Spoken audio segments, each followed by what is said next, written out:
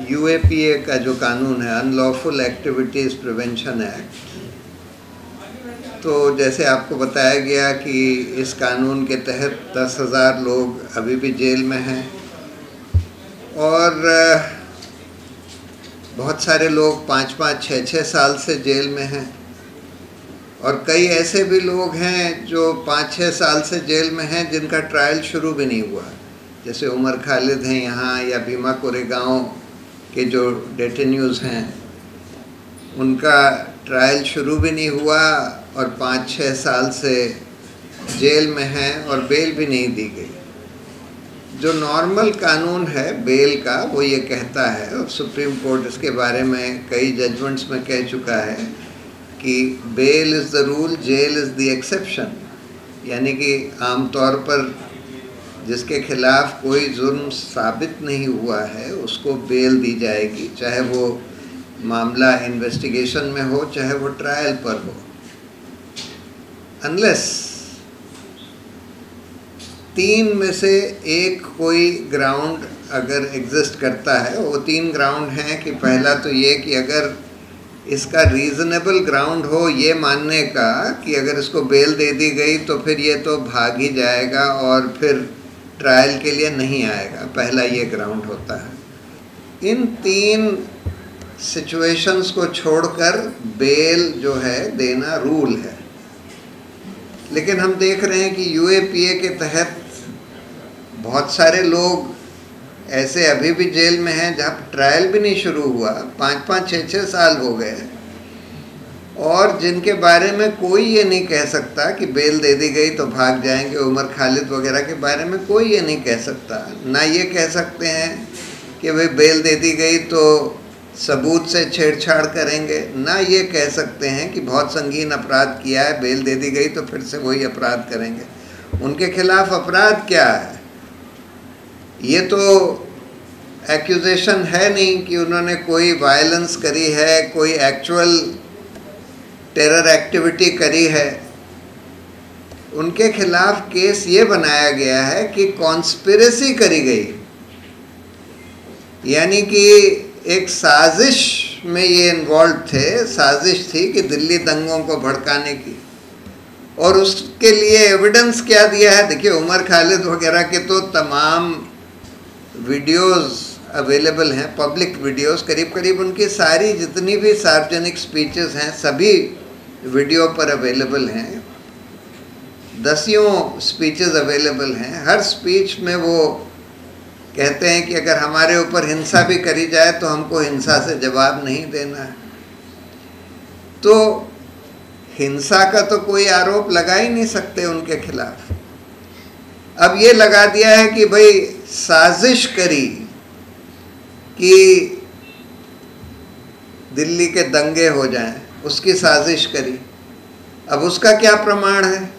प्रमाण कहते हैं कि हमारे प्रोटेक्टेड विटनेसेस हैं, उन्होंने बोला है। अब वो प्रोटेक्टेड विटनेस क्या होता है उसका नाम भी नहीं बताते, उसने क्या बयान दिया है ये भी नहीं बताते, यानी उमर खालिद को भी नहीं बताते, जो अक्यूज्ड हैं उनको भी नहीं बताते, और उस आधार पर कहते हैं कि नहीं नहीं इनके खिलाफ तो बड़ा सबूत है कि इन्होंने साजिश करी।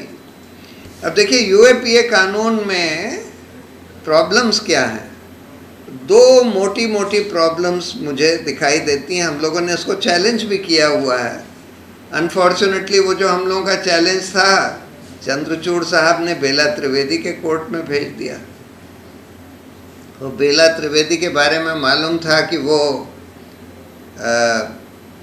मोदी की लॉ सेक्रेटरी रह चुकी थी गुजरात में, और सरकार के खिलाफ कोई फैसला नहीं उन्होंने ना तो दिया था ना देने का कोई, किसी को कोई शक नहीं था कि सरकार के खिलाफ कोई फैसला नहीं देंगे। तो फिर विड्रॉ करना पड़ा सब लोगों को, और फिर ये बोलना पड़ा ठीक है हम हाई कोर्ट में इसको चैलेंज करेंगे। तो क्या 2 प्रोविजंस हैं? पहला तो ये है जो डेफिनेशन है अनलॉफुल एक्टिविटी का। अनलॉफुल एक्टिविटी के डेफिनेशन में उन्होंने 2 चीज़ें लिख दी हैं। Any act which causes disaffection against India। यानी कि सेडिशन का एक पहले कानून था जो ये कहता था कि any act which causes disaffection against the government, यानी सरकार के खिलाफ कुछ कहना जिससे कि लोगों की भावनाएं सरकार के खिलाफ हों। जैसे मान लीजिए आप ये कहते हैं कि ये सरकार बहुत भ्रष्ट है, ये तो देश को लूट रही है, तो वो सेडिशन, क्योंकि अंग्रेज़ों ने बनाया था, वो ये कहते थे कि नहीं, सरकार, अंग्रेज़ी सरकार के खिलाफ कोई कुछ नहीं कह सकता। दुर्भाग्य की बात ये थी कि जब हिंदुस्तान आज़ाद हुआ वही कानून चलता रहा।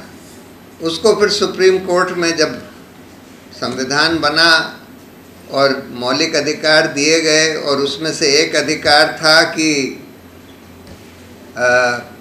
अपनी बात खुल के रख लेना, यानी फ्रीडम ऑफ स्पीच, और डेमोक्रेसी बनाई गई कि भाई हम सरकार के खिलाफ बोल के सरकार को बदल सकते हैं चुनाव से।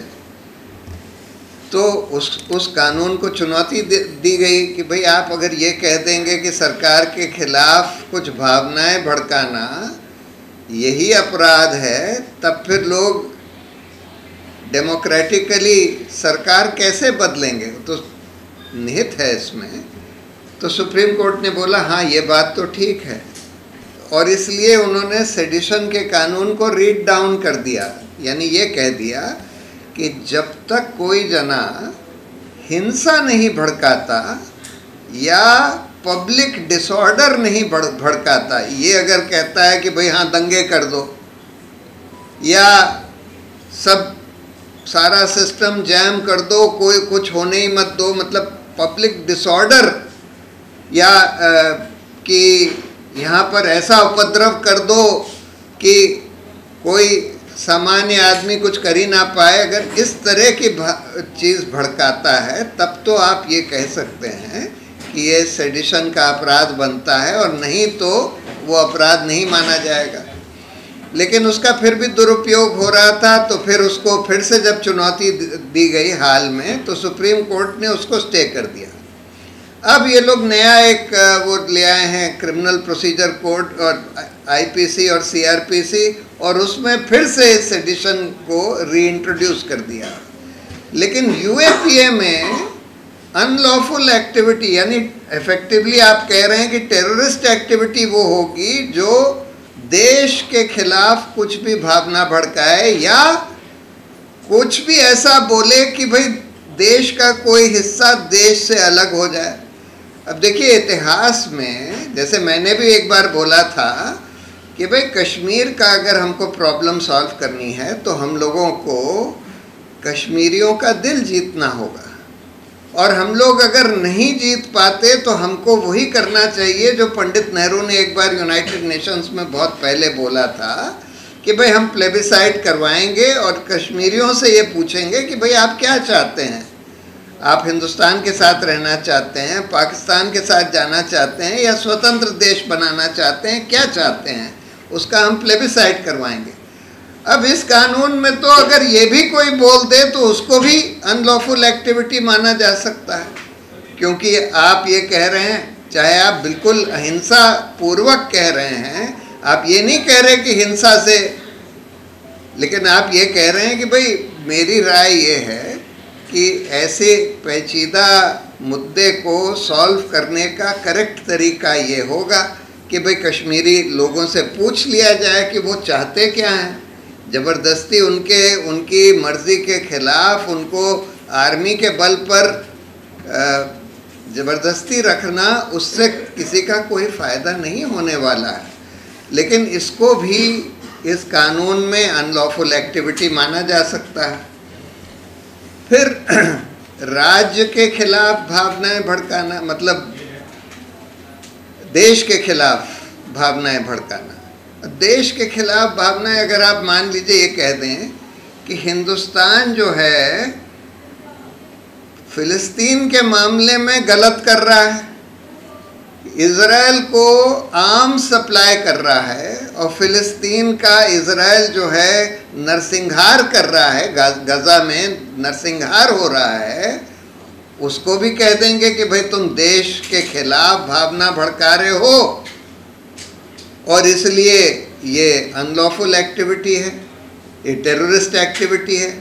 तो इसलिए ये जो प्रोविजंस हैं इस कानून में अनलॉफुल एक्टिविटी का डेफिनेशन इतना वाइड बना दिया है कि बगैर हिंसा के अगर आप ईमानदारी से कुछ बोलें कि भाई आपकी राय क्या है कि देश को क्या करना चाहिए क्या नहीं करना चाहिए, उसको भी इस कानून में अनलॉफुल एक्टिविटी माना जा सकता है। दूसरी प्रॉब्लम है बेल की।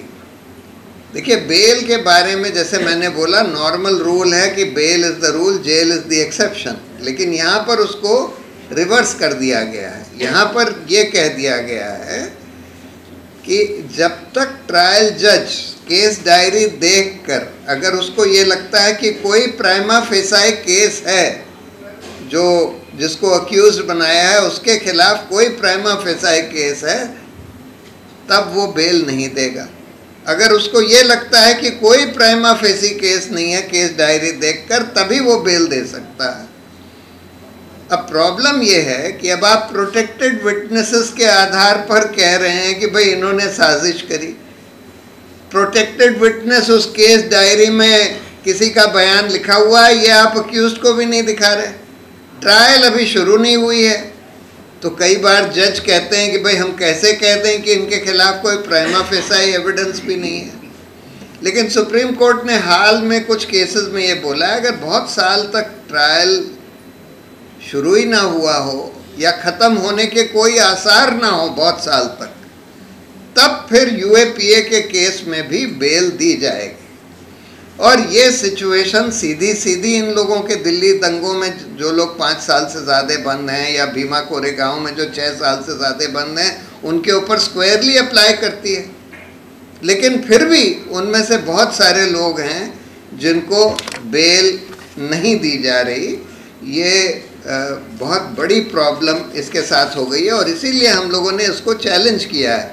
ये 2 प्रोविजंस को हमने चैलेंज किया था। एक तो अनलॉफुल एक्टिविटीज़ का जो डेफिनेशन है इतना वाइड है, इसको चैलेंज किया था, और जो बेल का प्रोविज़न है कि ये तो हमारे संविधान के खिलाफ है, हमारे मौलिक अधिकारों के खिलाफ है, right to life and liberty के खिलाफ है। ये जो प्रोविज़न है इसमें बेल का कि मतलब आप 10 साल तक ट्रायल ही ना शुरू करें, आप बताएं भी नहीं कि कौन प्रोटेक्टेड विटनेस ने क्या बोल दिया आपके खिलाफ, और उस आधार पर कुछ चीज़ आप कोई एविडेंस अक्यूज से छुपाकर सिर्फ जज को दिखाकर आप बोलेंगे देखिए इसके खिलाफ प्राइमा फेसी केस है इसलिए इसको आप बेल पर नहीं एनलार्ज कर सकते। ये बिल्कुल गलत है।